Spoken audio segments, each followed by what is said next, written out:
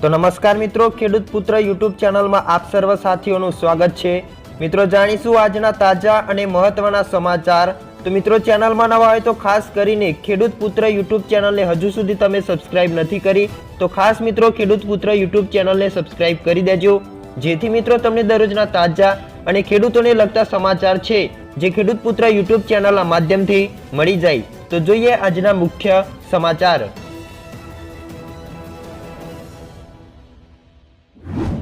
तो मित्रों आजना सौप्रथम समाचार जोईए तो हवामान पलटाशे तेवी आगाही। हवामान विभागनी आगाही मुजब फेब्रुआरीना अंत सुधीमां राज्यमां तापमान 38 डिग्री सुधी पहोंचे तेवी शक्यताओ छे। 19-20 फेब्रुआरी दरमियान उत्तर अने मध्य गुजरातमां वादळछाયું वातावरण रहेशे अने बेवड़ी ऋतुनो अनुभव थशे। मार्चनी शरूआतमां हवामानमां वधारे फेरफार थशे, जेना कारणे जीरु, घઉં अने केरीना पाकने नुकसाननी भीति सेवाई रही छे।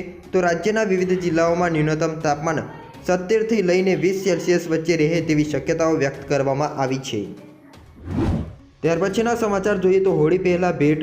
મિત્રો સરકાર હોળીના તહેવાર પહેલા મોંઘવારી ભથ્થું એટલે કે ડીએમાં વધારો કરી શકે છે। આ વખતે સરકાર કેન્દ્રીય કર્મચારીઓના મોંઘવારી ભથ્થામાં 3% વધારો કરી શકે છે। ડીએમાં આ વધારો 1 જાન્યુઆરી 2025 થી લાગુ મિત્રો કરવામાં આવ્યો છે। सरकार वर्ष में 2 बार डीए में वधारो करे छे, 1 जान्युआरी और 1 जुलाईना रोज। ये अंतर्गत मार्च महीनानी अंदर होળી छे अने होળી पहला फेब्रुआरीना अंत में सरकार मोटी जाहेरात करी सके छे अने केंद्रीय कर्मचारीओना मोंघवारी भत्थामां वधारो करी सके छे। तो केंद्रीय कर्मचारीओने होળી पहला मोटी भेट मळी सके तेवी शक्यताओ रहेली छे। त्यार पछीना समाचार जोईए तो राशन कार्ड धारकों माटे खुशखबर।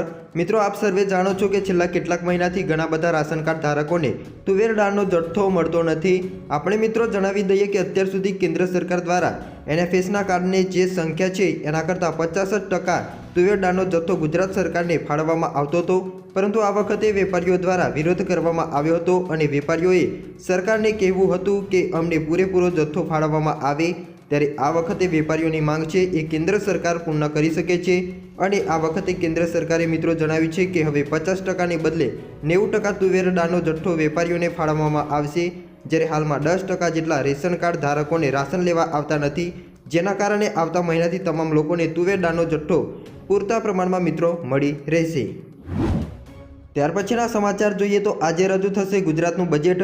1 फेब्रुआरी 2025 रोज भारतनुं बजेट रजू थया बाद हवे गुजरातनुं बजेट 19 અને 20 તારીખના રોજ મિત્રો રજૂ થશે। ત્યારે આ બજેટ સાથે લગભગ દરેક ગુજરાતીઓની આશા જોડાયેલી છે। ત્યારે એવું માનવામાં આવી રહ્યું છે કે આ બજેટ ખાસ કરીને ખેડૂતો, મહિલાઓ, યુવાનો અને મધ્યમ વર્ગના લોકો માટે ધ્યાનમાં રાખીને બનાવવામાં આવશે। સાથે જ ખેડૂતોને એવી આશા છે કે બજેટની અંદર 2000 રૂપિયાના હપ્તાના વધારા વિશે વાત કરવામાં આવે। તેની સાથે જેમ ગયા બજેટમાં સરકારે મહિલાઓ અને વિદ્યાર્થીઓ માટે અનેક યોજનાઓ છે જે લાગુ કરવામાં આવી હતી, તેવી જ કોઈ નવી યોજના મધ્યમ વર્ગના લોકો માટે લાવવામાં આવે। તેની સાથે યુવાનોએ એને માંગ કરી છે કે યુવાઓ માટે રોજગારીની નવી તકો ઊભી કરવામાં આવે। ત્યાર પછીના સમાચાર જોઈએ તો સરકારનો નિર્ણય ઓછું વીજળી બિલ આવશે। હવે સ્માર્ટ મીટર લગાડનારને હવે થશે ફાયદો। પ્રીપેડ સ્માર્ટ મીટર લગાડનારને એનર્જી ચાર્જના બિલમાં 2%ની રાહત મળશે। બિલ રૂપિયા 5000 આવશે તો 100ની રાહત મળશે। ગુજરાતની 4 સરકારી વીજ કંપનીઓએ પીજીવીસીએલ, યુજીવીસીએલ, ડીજીવીસીએલ, એમજીવીસીએલ 1.30 કરોડથી વધુ 20 ગ્રાહકોને બપોરે 11 વાગ્યાથી માંડીને મિત્રો 3 વાગ્યા સુધીમાં વીજળીના થનારા વપરાશ ચાર્જમાં યુનિટ દીઠ 45 પૈસાની રાહત આપવાનો દરખાસ્ત ગુજરાત વીજ નિયમ પંચ સમક્ષ રજૂ કરવામાં આવ્યો છે। એ અંતર્ગત આવનારા દિવસોમાં સ્માર્ટ વીજ મીટર લગાડનારને ગ્રાહકોને મિત્રો મોટો ફાયદો થવા જઈ રહ્યો છે। ત્યાર પછીના મહત્વના સમાચાર જોઈએ તો આજના ખેડૂત સમાચાર। મિત્રો ગઈકાલે રાજકોટ માર્કેટ યાર્ડમાં વિવિધ પાકોની મબલક આવક જોવા મળી હતી। યાર્ડમાં ખાસ કરીને મગફળી, તુવેર, કપાસ અને ડુંગળીની આવક નોંધપાત્ર રહી હતી। યાર્ડમાં મિત્રો ગઈકાલે જ્યાં જુઓ ત્યાં મગફળીના પાકના ઢગલા જોવા મળ્યા હતા। ત્યારે જાણીએ મિત્રો ખેડૂતોને મગફળીના મગના શું ભાવ મળ્યા હતા। યાર્ડમાં મિત્રો ગઈકાલે 9000 ક્વિન્ટલ મગફળીની આવક થઈ હતી, જેમાં 5500 ક્વિન્ટલની ઝીણી અને 3500 ક્વિન્ટલની જાડી મગફળીનો સમાવેશ થાય છે। ખેડૂતોને જાડી મગફળીના 920 થી લઈને 1128 રૂપિયા અને ઝીણી મગફળીના લઈને 940 રૂપિયા લઈને 1120 રૂપિયા પ્રતિ મણના મળ્યા હતા। સારા ભાવ મળતા ખેડૂતોમાં ખુશીનો માહોલ જોવા મળ્યો હતો। જેમાં મિત્રો વધુમાં જાણીએ તો આ સિવાય લાલ ડુંગળીની 3,200 ક્વિન્ટલની નોંધપાત્ર આવક થઈ હતી, પરંતુ ભાવ 180 રૂપિયાથી લઈને 530 રૂપિયા સુધીની મર્યાદિત રહ્યા હતા, જેના કારણે ખેડૂતોમાં નિરાશા જોવા મળી હતી.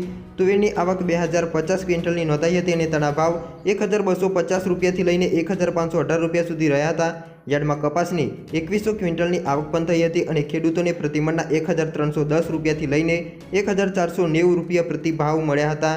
સોયાબીનની 200 ક્વિન્ટલની આવક થઈ હતી, સાથે જ 740થી લઈને 776 રૂપિયાનો ભાવ મળ્યો હતો. ઘઉંની વાત કરીએ તો તેમાં ટુકડા ઘઉંની 700 ક્વિન્ટલ અને લોકવન ઘઉંની 1,110 ક્વિન્ટલની આવક પણ થઈ હતી. ટુકડા ઘઉંના 611 રૂપિયાથી લઈને 701 રૂપિયા મળ્યો હતો અને લોકવન ઘઉંના 601 રૂપિયાથી લઈને 646 રૂપિયા પ્રતિ મણના ભાવ મળ્યા હતા.